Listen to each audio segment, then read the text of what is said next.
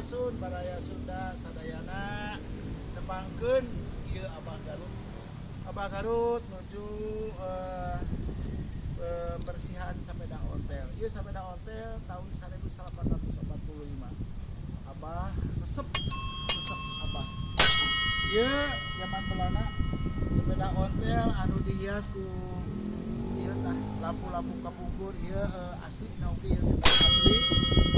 Terus ieu aya bendera merah putih, ieu oge sambil bendera merah putih. Abah asli orang Indonesia, cinta NKRI keur Abah harga mati ku sabab ieu bendera ku Abah dibawa kemana-mana. Terus tak ieu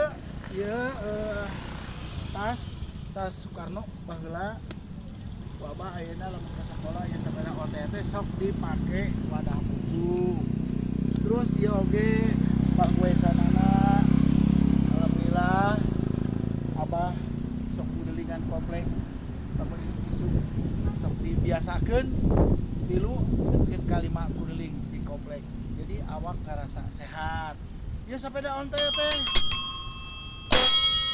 Abah dipusti-pusti sabab naon? Sabab Abah mah mika cinta, mika resep kana barang-barang baheula.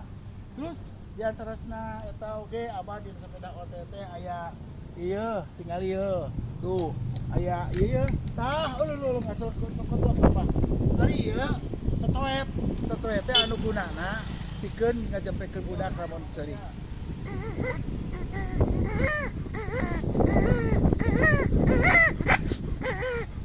Tak kitu teu boro-boro budak si Udin oge nu ngaliwat lamun kelewe meceurik tah kujumpe ku ieu.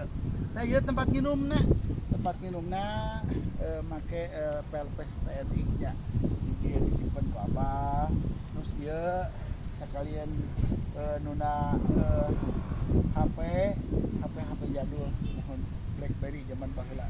Jadi ieu jadul keneh BlackBerry zaman baheula. Terus oge di dieu aya sabatara alat-alat naon teh alat-alat tulis sakola.